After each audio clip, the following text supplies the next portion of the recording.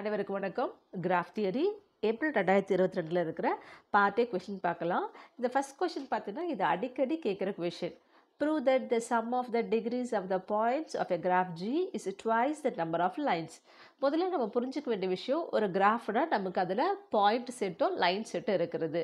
எப்போ லைன் கிடைக்கும் அப்படின்னா, ரெண்டு பாயிண்ட்டுக்கு நடுவில் ஒரு கோடு வரையும்போது தான் நமக்கு லைன் கிடைக்குது. அப்போ ரெண்டு பாயிண்ட் இருக்கும்போது தான் நமக்கு ஒரு லைன் கிடைக்குது. ஓகேவா? அப்போ every line of G is incident with 2 points. ஒரு கிராஃப்னு சொல்லும்போது P பாயிண்ட்ஸ் இருக்குது, Q லைன்ஸ் இருக்குது அப்படின்னு நம்ம சொல்கிறோம். Okay, hence every line contribute 2 to the sum of degrees of points. sum of இப்போ பாயிண்ட்ஸ் சொல்லும்போது P பாயிண்ட்ஸ் இருக்குன்னா அப்போ ஃபர்ஸ்ட் பாயிண்டோட டிகிரி வந்து V1, செகண்ட் பாயிண்ட் வந்து V2ன்னு எடுக்கிறோம். அப்போ டிகிரி ஆஃப் ஃபர்ஸ்ட் பாயிண்ட்னா டிகிரி ஆஃப் V1, அடுத்தது டிகிரி ஆஃப் V2, இந்த மாதிரி போயிட்டு இருக்கும். அப்போ ஜென்ரலாக சம்மேஷன் டிகிரி ஆஃப் VAன்னு எழுதலாம். ஓகேவா? இப்போ நம்ம என்ன சொல்லியிருக்கோம், ஒரு லைன்னா அது ரெண்டு டிகிரி வந்து கான்ட்ரிபியூட் பண்ணணும்னு சொல்கிறோம். ஓகேவா? அப்போ இங்கே எத்தனை லைன் இருக்குது? Q லைன் இருக்குது. ஃபஸ்ட்டு இப்போ ஒரு லைன் இருக்குன்னா அது 2 டிகிரி கொடுக்கும். அடுத்து இன்னொரு லைன் இருக்குன்னா ப்ளஸ் 2 டிகிரி எக்ஸெட்ரா. எத்தனை லைன் இருக்குது? Q லைன்ஸ் இருக்குது. அப்போ Q டைம்ஸ் 2 to 2ன்னு வரும். ஓகே, Q டைம்ஸ் 2 2னா 2 டைம்ஸ் Qன்னு அர்த்தம். Qன்றது நம்பர் ஆஃப் லைன்ஸ். அவ்வளோதான். ஸோ இது அடிக்கடி கேட்குற கொஷின். இதில் முக்கியமாக நம்ம பார்க்க வேண்டியது every line of G is incident with 2 points சொல்லிட்டு நீங்கள் இதை எழுதிட்டா போதும். ஓகேவா? ரைட். அடுத்தது ஒரு இன்ட்ரெஸ்டிங்கான ஒரு கிராஃப்னு பார்க்குறோம். ஒரு 2 மார்க் கொஷின் தான் இதுதான். பார்க்கலாமா? லைன் கிராஃப் அப்படின்னு பார்க்க போகிறோம். முதல்ல கிராஃப்னு சொல்லும்போது ஒன்று PQ கிராஃப்னு சொல்லுவோம். PQ கிராஃப்னா P பாயிண்ட்ஸ் இருக்குது, Q லைன் இருக்குது. எத்தனைன்னு சொல்லாமல் செட்டாக சொல்கிறோம். பாயிண்ட்ஸ்லாம் இருக்கிறது ஒரு செட்டுனா வீன்ற செட்டோ, லைன்லாம் இருக்கிற ஒரு செட்டுனா எக்ஸ்ன்ற செட்டுன்னு நம்ம சொல்லுவோம். ஓகே, அப்போ G ஈக்குவல் டு Vxனா இது பாயிண்ட் செட், இது line set. Be a graph with x not equal to empty. எக்ஸ்ன்றது வந்து லைன் இருக்கணும். ஏன்னா நமக்கு கிராஃப்னு சொல்லும்போது வெறும் பாயிண்ட்ஸ் மட்டும் இருக்கலாம், அதை நம்ம நல் கிராஃப்னு நம்ம சொல்லுவோம். லைன்ஸ் இல்லாமல் கூட கிராஃப் இருக்கலாம். அப்போ லைன் கிராஃப் பற்றி பேசும்போது கண்டிப்பாக லைன் செட் இருக்கணும். லைன் எம்டியாக இருக்கக்கூடாது, மினிமம் ஒரு லைனாவது இருக்கணும். ஓகே ஓகே, இது முதல்ல x not equal to empty இருக்கணும். இப்போ லைன் கிராஃபை நம்ம டிஃபைன் பண்ணலாம். A line graph of a simple graph G is the graph L of G with the lines of G as its points. Okay, எங்கெல்லாம் line இருக்கோ லைனை வந்து நம்ம பாயிண்ட்டாக மாற்றி எழுத போகிறோம். எப்போ எழுத போகிறோம்? வேர் 2 lines of G are adjacent in L of G if and only if the corresponding lines are adjacent in G. இப்போ நம்ம இதுக்கு எக்ஸாம்பிள் பார்க்கலாம், ஈஸியாக புரிஞ்சிடும். ஓகே, ஜின்ற ஒரு கிராஃப் இருக்குது. இப்போ நான் இந்த பாயிண்ட்டுக்கு நேம் கொடுக்கல, இந்த லைனுக்கு தான். இந்த ரெண்டு பாயிண்ட்டை கனெக்ட் பண்ணுற லைன் X1, இது X2, X3, X4. மொத்தம் எத்தனை லைன் இருக்குது? 4 லைன் இருக்குது. அப்போ லைனை நம்ம பாயிண்ட்டாக மாற்ற போகிறோம். ஓகேவா? ஸோ X1ன்ற ஒரு லைன் இருக்குது. அப்போ X1ன்றது ஒரு வெர்டெக்ஸ். ஓகே, அடுத்தது X2ன்றது அனதர் வெர்டெக்ஸ், X3ன்றது அனதர் வெர்டெக்ஸ், X4ன்றது அனதர் வெர்டெக்ஸ். ஓகே, அப்போ 4 லைன் இருக்கிறதுனால இங்கே நமக்கு 4 வெர்டெக்ஸ் செட் வரப்போகுது. எப்போ இங்கே லைன் வரப்போகுதுன்னா, இப்போ பாருங்கள், X1ம் X3யும் ஒரு பாயிண்டில் கனெக்ட் ஆகுது. அப்படின்னா தே ஆர் அட்ஜசன்ட் எட்ஜஸ். இது ரெண்டும் அட்ஜசன்ட் எட்ஜ் இருக்குன்னா X1க்கு X3க்கு நடுவில் நம்ம ஒரு லைன் போடணும்னு அர்த்தம். ஓகே, அடுத்து பாருங்க, X3 X4ம் அட்ஜசன்ட், கரெக்டுங்களா? அப்போ X3லேருந்து X4க்கு ஒரு லைன். ஓகே, அப்புறம் X4ம் X2ம் அட்ஜசன்ட், X4ம் X2ம். அப்போ 4லேருந்து 2க்கு ஒரு லைன். ஓகே, 1ம் 2ம், X1ம் X2ம் அட்ஜசன்ட், X1ம் X2ம் அட்ஜசன்ட். அப்போ 1லேருந்து 2க்கு ஒரு line.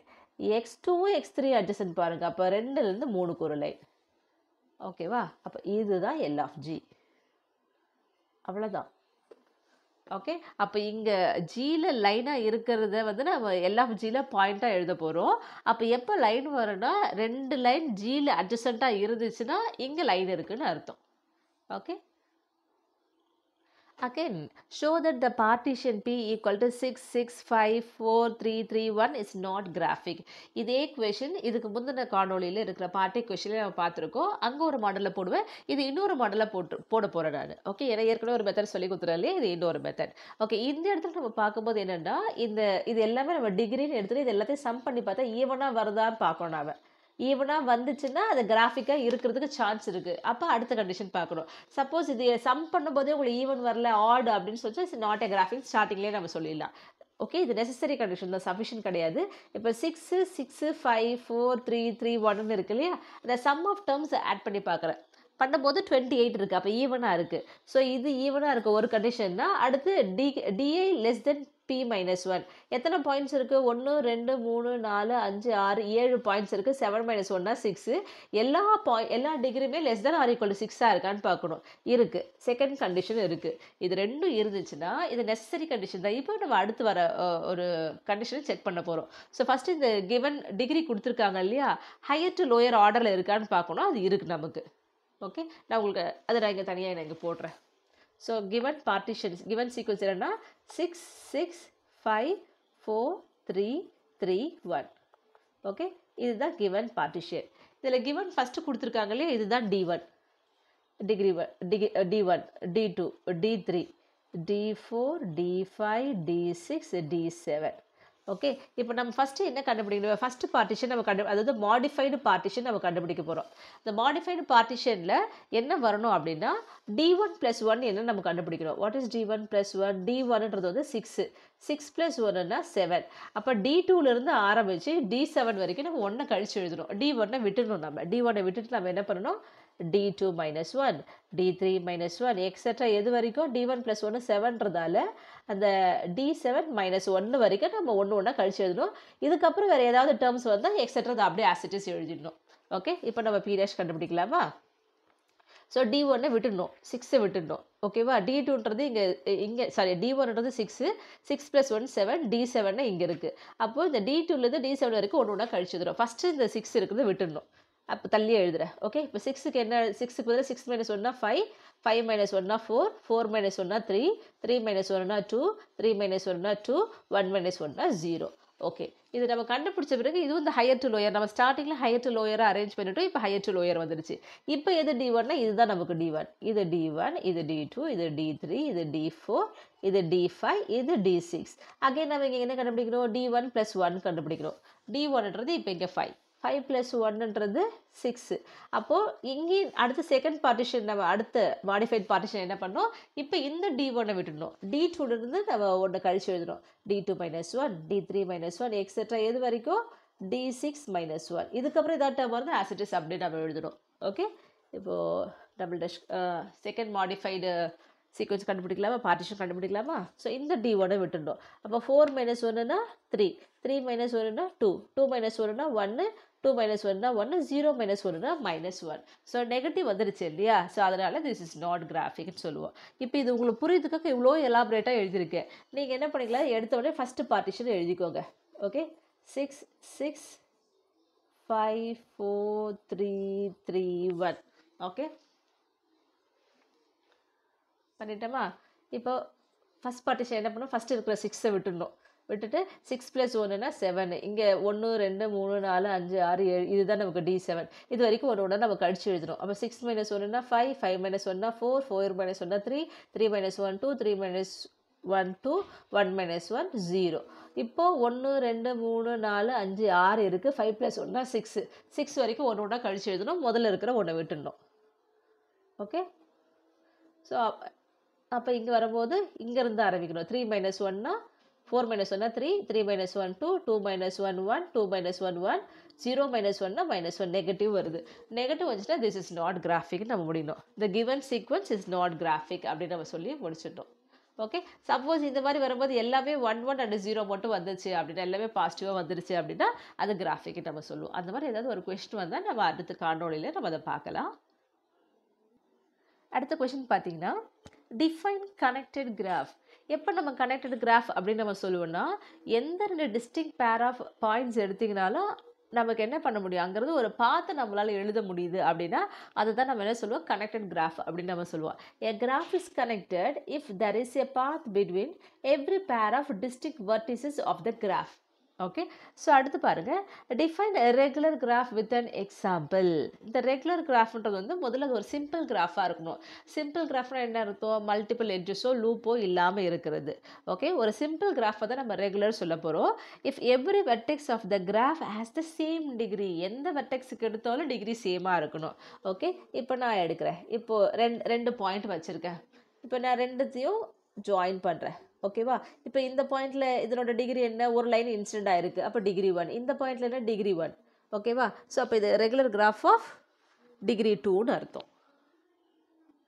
Sorry, regular graph with 2 பாயிண்ட்ஸ்னு அர்த்தம். ஓகே, இப்போ இதில் என்ன ஒவ்வொரு பாயிண்ட்டும் டிகிரி 1 இருக்கிறதுல இதை நம்ம 1 ரெகுலர்னு சொல்லலாம். ஓகேவா? ஸோ அடுத்து நான் என்ன பண்ணுறேன், 3 பாயிண்ட் எடுக்கிறேன். தெரியுதுங்களா? ஓகே, இப்போ இந்த 2 புள்ளியை கனெக்ட் பண்ணும்போது ஒரு லைன் கிடைக்குதா? இந்த 2 புள்ளியை கனெக்ட் பண்ணும்போது ஒரு லைன் கிடைக்குதா? நான் இது மட்டும் நிறுத்துறேன்னு வச்சுக்கோங்களேன். இப்போ இந்த பாயிண்டில் இது ஒரே ஒரு லைன் தான் இன்சிடென்ட் ஆயிருக்கு, இப்போ டிகிரி 1 இருக்கும். இந்த பாயிண்ட்டில் 2 லைன் இன்சிடென்ட் ஆயிருக்கு, டிகிரி 2 இருக்கும். இங்கே 1 இருக்கும். ஆனால் ரெகுலர் கிராஃப்னா என்ன அர்த்தம், எல்லா பாயிண்ட்லேயும் நமக்கு டிகிரி சேமாக இருக்கணும். இப்போ இதையும் நான் சேர்த்துட்டேன் அப்படின்னா இப்போ டிகிரி பாருங்கள், இந்த பாயிண்டில் 2 லைன் இன்சிடென்ட் ஆயிருக்கு, அப்போ டிகிரி 2, இங்கேயும் டிகிரி 2, இங்கேயும் டிகிரி 2. அப்போ நம்ம இந்த 2 ரெகுலர் சொல்லலாமா? இந்த 2 ரெகுலர். ஓகே, இப்போ நான் 4 பாயிண்ட்ஸ் எடுத்திருக்கேன். இங்கே பாருங்கள், இதுலேருந்து கனெக்ட் பண்ணுறேன். டிகிரி 2 ஆகிடுச்சா? இந்த பாயிண்ட்டுக்கு டிகிரி 2 ஆகிடுச்சு. இப்போ இங்கே ஒரே 1 தான் இருக்குது. இது சேரும்போது இந்த இடத்துல டிகிரி 2 ஆகிடுச்சு.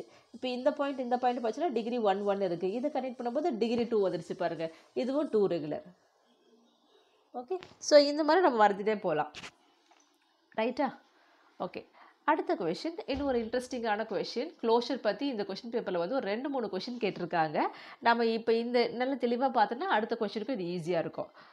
Given example of a graph G such that G of C of G is not complete. முதல்ல நாட் கம்ப்ளீட்டுக்கு எக்ஸாம்பிள் தான் கேட்டிருக்காங்க அவங்க.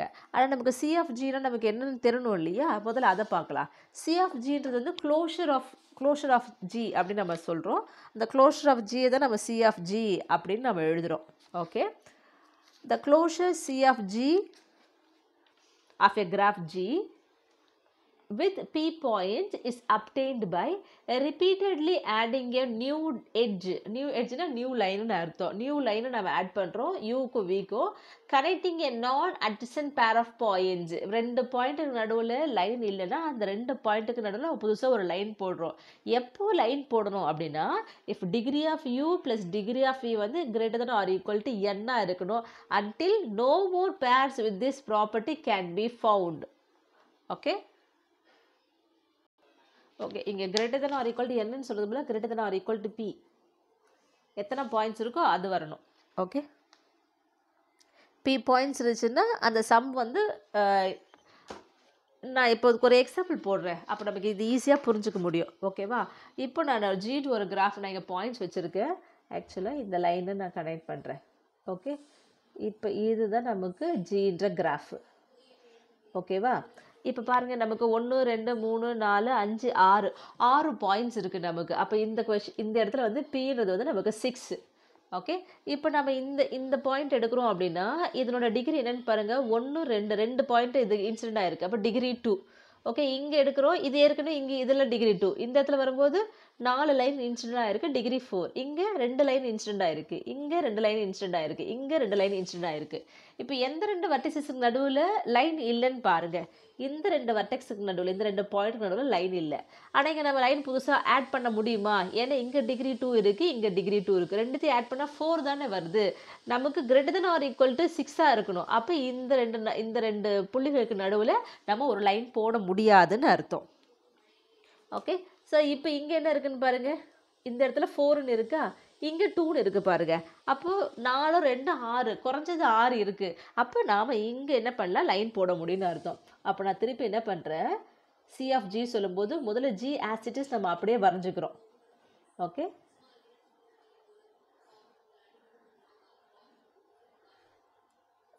இந்த 2 புள்ளிக்கு நடுவில் லைன் இல்லைன்றதாக நம்ம கண்ணமுடின்னு போட முடியாது. அந்த 2 நடுவில் இப்போ இது யூ இது வின்னு எடுத்து நம்ம லைன் போடுறோம் அப்படின்னா அந்த சம் ஆஃப் டிகிரி வந்து நம்ம குறைஞ்சது என்ன இருக்கணும், 6 விட அதிகமாக இருக்கணும். இப்போ இங்கே 2ன்னா நம்ம கூட்டும் போது 4, நம்ம அப்போ இங்கே லைன் எடுக்க முடியாது. ஓகே, அடுத்தது பாருங்கள், அதே போல் இங்கே அதே தானே, இந்த 2 புள்ளிக்கு நடுவில் லைன் இல்லை, ஆனால் இங்கே டிகிரி 2 தான், இங்கே டிகிரி 2 தான். இங்கே நம்ம புதுசாக ஒரு லைனை ட்ரா பண்ண முடியாது. இங்கே இருக்கும்போது 4, இங்கே 2, ரெண்டுத்தையும் ஆட் பண்ணும்போது 6ன்னு வருது. அப்போ நம்ம என்ன பண்ணலாம், இங்கே நம்ம ஒரு லைன் எடுக்கலாம். இதுதான் நமக்கு சி ஆஃப் ஜி. வேறு ஏதாவது பாசிபிலிட்டிஸ் இருக்கான்னு பாருங்கள். ஓகே, இந்த 2க்கு நடுவில் இல்லை, இந்த 2க்கு நடுவில் இல்லை.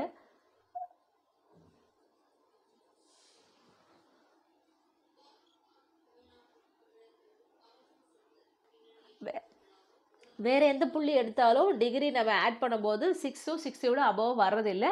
அப்போ இது மட்டும் தான் வர முடியும். அப்போ இதுதான் சி ஆஃப் ஜி, இதுதான் க்ளோஷர் ஆஃப் ஜின்னு நம்ம சொல்கிறோம். ஓகே, அடுத்த கொஸ்டின் பார்த்தீங்கன்னா prove that K33 is planar. Okay, இதுதான் இதுக்கு ஆன்சர். இதோடு இந்த ஆன்சர் முடியுது. ஆனால் அதுக்கு முன்னாடி நம்ம சில விஷயங்கள் படிச்சுட்டு நம்ம பார்த்தா அது ஈஸியாக இருக்கும். முதல்ல பிளானர் கிராஃப்னா நம்ம என்னென்னு பார்ப்போம். A graph is planar if it can be drawn on a plane without intersecting edges. Edges intersect ஆகாமல் அந்த கிராஃபை வரைய முடிஞ்சு அதை நம்ம பிளானர் கிராஃப் அப்படின்னு நம்ம சொல்கிறோம். இங்கே K33 கேன்றது கம்ப்ளீட் கிராஃப், K33னா கம்ப்ளீட் பைபார்டட் கிராஃப். அதாவது பாயிண்ட்ஸில் 3 இருக்கு இல்லையா, மொதல் 3 ஒரு செட் ஆகும், அடுத்த 3 ஒரு செட்டாக எடுத்துக்கிறோம். இந்த ஒரு செட்டு இப்போ இதுதான் V1 எடுக்கணும்னா இந்த V1லேருந்து இந்த ஒரு பாயிண்ட் V2ல இருக்கிற எல்லா பாயிண்ட்டோட இன்சிடென்ட் ஆகுதுன்னு அர்த்தம். அப்போ V1லேருந்து இதுக்கு லைன் வரும், V1லேருந்து இதுக்கு லைன் போகிறோம், V1லேருந்து இதுக்கு லைன் போகும். ஓகே, இது வரைக்கும் இன்டர்செக்ட் ஆகலை. அப்போ இது அடுத்தது V1ல இருக்க அனதர் பாயிண்ட் இங்கே எடுக்கும்போது இப்படி வருது. இப்போ கிராஸ் ஆகுது பாருங்கள், ஒன்றுக்கு மேலே ஒன்று கிராஸ் ஆகுது. ஓகே, இங்கே எடுக்கும்போது அதே போல் இதை கனெக்ட் பண்ணுறோம், இதை கனெக்ட் பண்ணுறோம், இதை கனெக்ட் பண்ணுறோம். இதுதான் நம்ம K33 கம்ப்ளீட் பைபார்டட் கிராஃப் அப்படின்னு நம்ம சொல்லுவோம். ஓகேவா? இப்போது இந்த மாதிரி இந்த கிராஸ் ஆகுது இல்லையா, கிராஸ் ஆகாமல் எப்போ இருக்கும் அப்படின்னா நமக்கு அதுக்கு ஒரு ரிசல்ட் இருக்குது. இந்த ரிசல்ட் நம்ம செக் பண்ணி அது இருக்குன்னா அதை நம்ம பிளானராக எழுத முடியும்னு அர்த்தம். If G is a plane connected PQ graph, plane connected PQ graph, அதாவது P பாயிண்ட்ஸு Q லைன்ஸ் இருக்குது. இப்போ இதில் எத்தனை பாயிண்ட்ஸ் இருக்குது ஆக்சுவலாக 1 2 3 4 5 6 3 + 3ன்றது. அப்போ P வந்து இங்கே 3 + 3ன்னு 6 பாயிண்ட்ஸ் இருக்குது. எத்தனை லைன்ஸ் இருக்குன்னு பாருங்கள். இந்த 1லேருந்து இங்கே 3, இங்கேருந்து 3, இங்கேருந்து 3, ஸோ மொத்தம் 9 லைன்ஸ் இருக்குது. ஓகே, அப்போ 6 பாயிண்ட்ஸும் 9 லைன்ஸ் இருக்குது. இப்போது இங்கே நமக்கு ட்ரையாங்கிள் வருமா உங்களுக்கு? எப்போ ட்ரையாங்கிள் வரும் உங்களுக்கு? ட்ரையாங்கிள் சொல்லும் பொழுது இப்போ இது V1 எடுத்துக்கோங்களேன். V1லேருந்து இங்கே V2க்கு இது V2ல இருக்கிற செட்டு. ஓகேவா? V2லேருந்து V2 பாயிண்ட்டுக்கு நம்ம கனெக்ட் பண்ணும்போது தான் நமக்கு ட்ரையாங்கிள் கிடைக்கும். ஆனால் நமக்கு பைபார்டட் கம்ப்ளீட் கிராஃப்னா V2 செட்டில் இருக்கிற பாயிண்ட்ஸ்லேருந்து V2க்கு நம்ம கனெக்ட் ஆகாது. இப்போ இந்த பாயிண்ட்லேருந்து இங்கே நமக்கு லைன் இருக்காது, இந்த பாயிண்ட்லேருந்து இதுக்கு லைன் இருக்காது. ஏன்னா இந்த 3 தான் நம்ம V2 செட்டில் இருக்குன்னு நம்ம சொல்கிறோம். ஏன்னா வெர்டெக்ஸ் செட்டை 2ஆக பிரித்து எழுதுறோம் இல்லையா. அப்போ கண்டிப்பாக நமக்கு கம்ப்ளீட் பைபார்டட் கிராஃபில் ட்ரையாங்கிளே வராது. ஓகே, ஸோ அதை நம்ம இங்கே சொல்கிறோம். இப்போ G is a plane connected PQ graph without triangle and P points வந்து மினிமம் 3ஆவது இருக்கணும், > 3. தென் Q less than or equal to 2P minus 4. இந்த condition Q less than or equal to 2P minus 4 இருந்துச்சுன்னா இந்த கிராஃப் நம்ம என்னவா எழுத முடியும்னு அர்த்தம், பிளானரா, அதாவது ஒன்று இன்டர்செக்ட் ஆகாத மாதிரி நம்மளால வரைய முடியுதுன்னு அர்த்தம். ஓகே, இந்த கொஸ்டின்ல prove that K33 is planar கொடுத்துருக்காங்க. ரைட், நம்ம பார்க்கலாம். K33ன்னு இப்போ தான் வரைஞ்சு காமிச்சேன் இல்லையா, இதில் 6 பாயிண்ட்ஸ் இருக்கும், 9 லைன்ஸ் இருக்கும் உங்களுக்கு. ஓகேவா? Bipartite graph and hence has no triangle. Pன்றது 6, இது > or = 3 இருக்குது. இப்போ அடுத்த பாயிண்ட் 2P - 4 என்ன வருது நம்ம செக் பண்ண போகிறோம். P வந்து 6 இல்லையா, 2 × 6னா 12, 12 - 4னா 8 இருக்குது. அப்போ 2P - 4 வந்து 8. இந்த Qவோடு கம்பேர் பண்ணுங்கள். Q less than or equal to 2P - 4 வருதா? Q தான் பெருசாக இருக்குது. அப்போ less than or equal to not less than or equal to இந்த கண்டிஷன் சாட்டிஸ்ஃபைட் ஆகலைனாலே K33 இஸ் நான் பிளானர்னு அர்த்தம். ஆக்சுவலாக இது கொஷின் தப்பாக கேட்டிருக்காங்க. ப்ரூவ் தட் K33 இஸ் நான் பிளானர் கேட்டிருக்கணும். பட் இவங்க பிளானர் கேட்டுட்டாங்க. பிளானர்னால் நம்ம போட்டு பார்த்துட்டு இது பிளானர் இல்லைன்னு நம்ம சொல்கிறோம். இன்னும் ஒரு கொஸ்டின் பார்த்தீங்கன்னா அது நான் பிளானர் தான் கேட்டிருக்காங்க. ஓகே, அடுத்த கொஸ்டின். ஷோ தட் எவ்ரி நான் trivial tree G has at least 2 vertex இது 2 vertex of degree 1, 2 points of degree 1 இருக்குன்னு நம்ம சொல்லணும். ஓகேவா? முதல்ல நம்ம ட்ரீனா நம்ம என்னன்னு சொல்லுவோம். ட்ரீனா என்ன? இது ட்ரீக்கான டெஃபினேஷன். இது நம்ம இந்த கான்செப்ட் புரிஞ்சதுக்காக இதை நான் சொல்கிறேன். இதை நீங்கள் எக்ஸாம்பிள் எழுத வேணாம். எக்ஸாம்பிள் இந்த ப்ளூவில் எழுதியிருக்கேன், இதை மட்டும் நீங்கள் எழுதினா போதும். ஓகேவா? A connected acyclic graph is called tree. கனெக்டட்னா எந்த 2 பேர் ஆஃப் வெர்டெக்ஸ் எடுத்தாலும் அதுக்கு நடுவில் ஒரு பாத்து போதுன்னு அர்த்தம். அசைக்ளிக் கிராஃப்னா சைக்கிளாக இருக்கக்கூடாது. சைக்கிள்னா ஆரம்பித்த இடத்துல போய் முடிகிறது. அந்த மாதிரி முடியாமல் இருந்தால் கனெக்டடாக இருக்கணும். அசைக்ளிக்காக இருந்துச்சுன்னா அந்த கிராஃபை நம்ம என்னென்னு சொல்கிறோம்? ட்ரீன்னு நம்ம சொல்கிறோம். ஓகே, இப்போ நம்ம இங்கே பார்க்கலாம், இங்கே ப்ரூஃப் பார்க்கலாம். இஃப் G இஸ் நான் ட்ரிவியல், அப்போ ட்ரிவியல் கிராஃப்னா என்ன அர்த்தம் உங்களுக்கு? எட்ஜே இல்லாமல் இருக்கிறது. எட்ஜே இல்லைன்னா அப்போ டிகிரி வந்து 0 இருக்குன்னு அர்த்தம். அப்போ நான் ட்ரிவியல் சொல்லும்போது மினிமம் ஒரு எட்ஜாவது இருக்கும். அப்போ ஒவ்வொரு அந்த வெர்டெக்ஸோட டிகிரி வந்து > or equal to 1 இருக்கணும். 1 and above தான் இருக்குன்னு அர்த்தம். Okay, since G is non trivial, degree of V is > or equal to 1 for all points V. Okay. Also நமக்கு sum of degree of vertex ஏற்கனவே அந்த ஃபர்ஸ்ட் சம் போட்டோலே நமக்கு என்னன்னு தெரியும், ட்வைஸ் நம்பர் ஆஃப் லைன்ஸ் நமக்கு தெரியும் இல்லையா? அப்போ 2q நம்ம எழுதலாமா? க்யூன்னு எழுதிட்டோம். இந்த ட்ரீயோட டாப்பிக்கில் பார்த்தீங்கன்னா நமக்கு ஒரு தியரம் இருக்குது, ஈக்குவலண்ட் ஸ்டேட்மெண்ட் அப்படின்னு இருக்கும். இப்போ G is a tree னா, if G is connected graph, for a connected graph G is a tree which is equivalent to P equal to Q plus 1 ன்னு இருக்கும். அப்போ நம்ம எப்படி சொல்லலாம்? G is a tree if and only if P equal to Q plus 1. அப்போ இதுலேருந்து Q equal to நமக்கு என்ன வரும்? P minus 1 வரும். அப்போ இந்த Qக்கு பதிலாக P minus 1 போட்டுக்கலாமா? அப்போ மல்டிபிள் பண்ணுங்க, 2P minus 2 நமக்கு கிடைக்குது.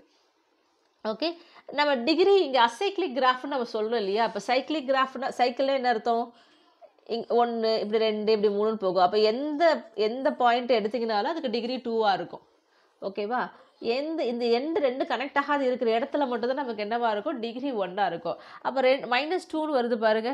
மொத்தம் எப்பவுமே என்ன நமக்கு கனெக்டட்னாலே அட்ஜஸ்டன்ட் அடுத்தடுத்து இருக்குன்னு அர்த்தம். ஒரு பாயிண்ட்ல ரெண்டு லைன் இன்சிடென்ட் ஆயிருக்குன்னு அர்த்தம். இப்போ எல்லாத்துலேயும் டிகிரி 2ஆக இருக்கும். ஆனால் அசைக்ளிக்னு நம்ம சொல்லும்போது இனிஷியல் அண்ட் லாஸ்ட் ரெண்டுத்துலேயும் நமக்கு என்ன இருக்கணும்? கனெக்ட் ஆகாமல் இருக்கும். அப்போ அதுக்கு மட்டும் டிகிரி 1 தான் இருக்குன்னு அர்த்தம். அப்போ 2 பாயிண்ட்ல டிகிரி 1 கழிக்கிறதோ -2ன்னு சொல்கிறோம் பார்த்தீங்களா? அப்போ இதுலேருந்து நமக்கு என்ன தெரியுது? Hence degree of V equal to 1 for at least 2 vertices. இந்த மாதிரி இருந்தாலே அது ட்ரீன்னு அர்த்தம். ஓகே, அதுதானே ப்ரூவ் பண்ண சொல்லியிருக்காங்க. G has at least 2 vertex of degree 1. ட்ரீனா நமக்கு இதான் Q equal to P minus. Substitute பண்ணும்போது இங்கே -2 வருது பாருங்க. -2னா என்ன அர்த்தம்? 2 டிகிரியாவது 1ன்னு இருக்குன்னு அர்த்தம். அப்போ டிகிரி ஆஃப் V வந்து 1 ஃபார் அட்லீஸ்ட் 2 vertex, 2 points. அடுத்த கொஸ்டின் பாருங்க.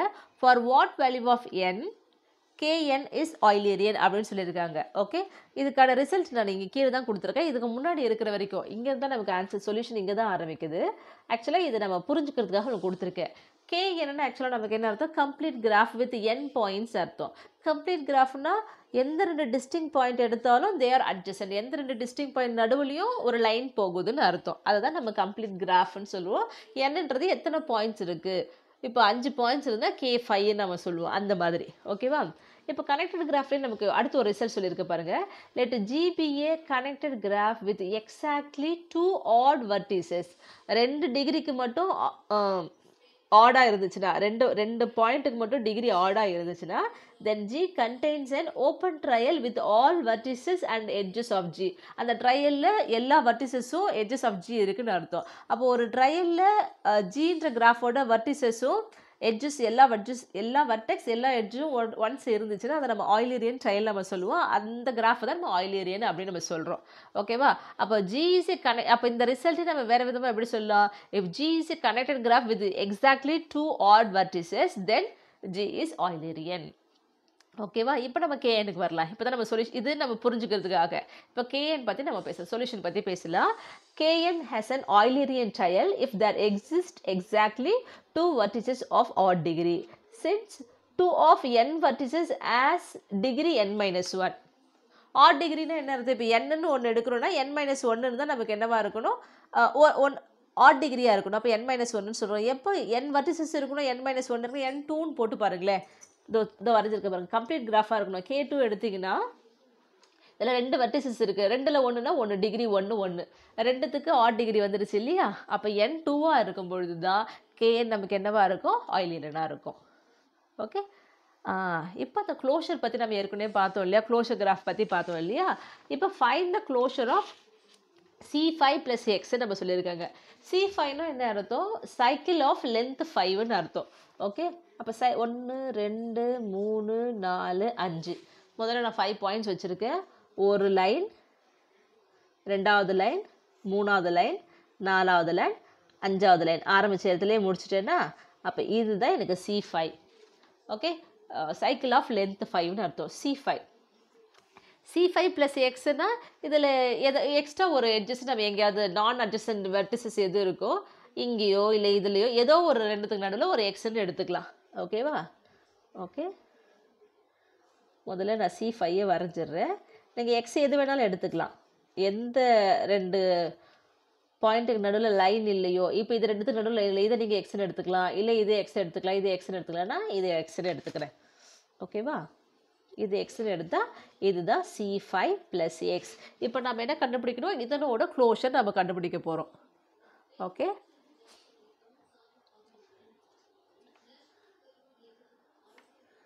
C5 ப்ளஸ் எக்ஸை முதல்ல நாம் வரைஞ்சிடலாம். ஓகேவா? அப்போ இதனோட க்ளோஷர்னால் என்ன அர்த்தம்? மொத்தத்தில் எத்தனை பாயிண்ட்ஸ் இருக்குது? இங்கே Pன்றது வந்து 5 பாயிண்ட்ஸ் இருக்குது.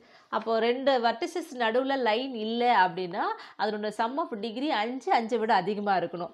இப்போ இந்த இடத்துல எவ்வளோ டிகிரி இருக்குன்னு பாருங்கள். இந்த இடத்துல 1 2 2 லைன் இது கூட இன்ஸ்டண்டாக இருக்குது, டிகிரி 2ன்னு அர்த்தம். அப்போ இங்கே பண்ணும்போது டிகிரி, இந்த இடத்துல டிகிரி 2 தான். இது ரெண்டுத்துல நமக்கு லைன் இல்லை, ஆனால் வரைய முடியுமா? வரைய முடியாது. ஏன்னா இங்கேயும் டிகிரி 2, 2 + 2 = 4 தான். அப்போ நம்ம இங்கே வரைய முடியாது. இப்போ இந்த இடத்துல பாருங்கள், இந்த பாயிண்ட்டுக்கு என்ன இருக்குன்னு பாருங்கள், டிகிரி 1 2 3 இருக்கா? இப்போ இந்த பாயிண்ட்டுக்கு இந்த பாயிண்ட் நடுவில் லைன் இல்லை. இங்கே 3 லைன் இன்சிடென்ட் ஆகிருக்கு. இப்போ டிகிரி 3ன்னு இருக்குது. இந்த இடத்துல வரும்போது டிகிரி 2 இருக்குது. அப்போ இந்த பாயிண்ட்டில் வந்து டிகிரி 3ன்னு இருக்குது. இந்த இடத்துல டிகிரி வந்து 2ன்னு இருக்குது. ஆட் பண்ணும்போது 5 வருது இல்லையா? 5 5 and above இருக்கணும். அப்போ இது ரெண்டுத்துக்கு நடுவில் நம்ம என்ன பண்ணலாம்? ஒரு லைனை நம்ம வரையலாம். ஓகேவா? அடுத்து இப்போ இங்கே பாருங்கள். இப்போ இந்த இடத்துல இப்போ இங்கே டிகிரி என்னவாயிடுச்சு? 3ன்னு ஆயிடுச்சு. இங்கே 3 இருக்குது, இங்கே 2 இருக்குது. இது ரெண்டுத்தையும் ஆட் பண்ணால் 5 வந்துடும் இல்லை? இப்போ நம்ம இங்கே ஒரு லைன் வரையலாம். ஓகே, இப்போ இங்கே பாருங்கள், 1 2 3 லைன் இன்சிடென்ட் இருக்குது. டிகிரி இங்கே 3 இருக்குது. இந்த இடத்துல டிகிரி 2 இருக்குது. அப்போ இதை நம்ம கனெக்ட் பண்ணலாம். ஓகேவா? ஓகே, அதே போல் இப்போ இந்த இடத்துல என்ன இருக்குது? டிகிரி 3 இருக்குது. இப்போ இதிலிருந்து இதுக்கு நமக்கு லைன் போகலை பாருங்கள். ஆனால் இங்கே டிகிரி 3 இருக்குது, இங்கேயும் 3 இருக்குது. ஆட் பண்ணும்போது நமக்கு 5 and above 6 வருது. அப்போ இங்கே நமக்கு ஒரு லைன் கனெக்ட் பண்ணலாம். ஓகே, அப்போ இதுதான் நமக்கு என்னது உங்களுக்கு க்ளோஷர் ஆஃப், இதுதான் நம்ம என்ன சொல்கிறோம்? Closure of C5 + X. Closure of C5 + X.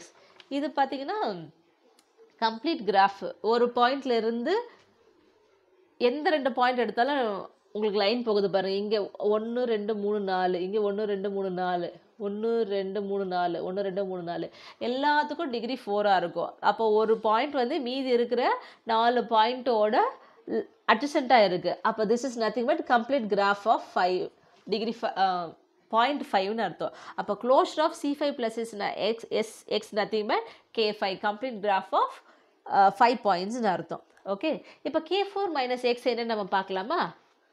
K4 அப்படின்னா அப்போ நம்ம இது K4 இல்லை, ஆக்சுவலாக கொஷின் K5ன்னு நினைக்கிறேன். ஒரு நிமிஷம்.